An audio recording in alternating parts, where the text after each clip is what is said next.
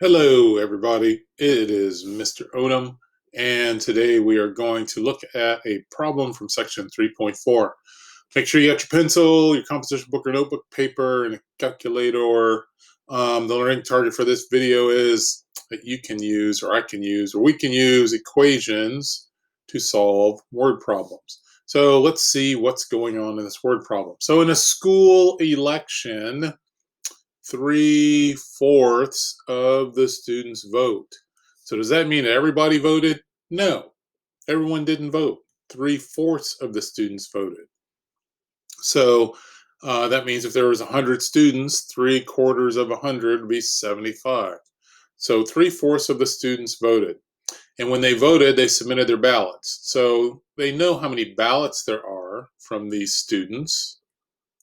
But what we don't know is we don't know the total number of students in the school, but we have enough information to figure that out. All right, it says 3/4 of the students, so 3/4 of all the students. I could put the word all of all the students vote. And this word of in this particular problem represents multiplication. So I'll use the dot or multiplication. I don't need those little. So we're going to use multiplication. So let's go ahead and write an equation. 3/4 of the students.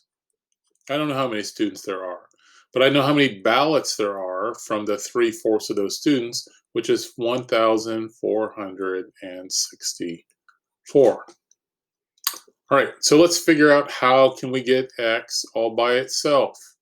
Well, remember, this is a fraction multiplied by the variable. And remember, I told you, you can multiply both sides by the reciprocal of that fraction, which means I have to multiply this side by the reciprocal of this fraction.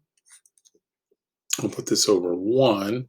And I can do the canceling here. That's why I multiply by the reciprocal. All this stuff cancels out. I end up with 1 times x, which equals x. And then in your calculators, you can go ahead and take 1,464 times 4 and divide it by 3, and you get an answer. 1,952 students. So this is how many students are at this school. Okay. And 1,464 of them voted. You could actually figure out how many didn't vote. All right, now that we know the total number of students. So that's it for this problem. It's nothing more than reading the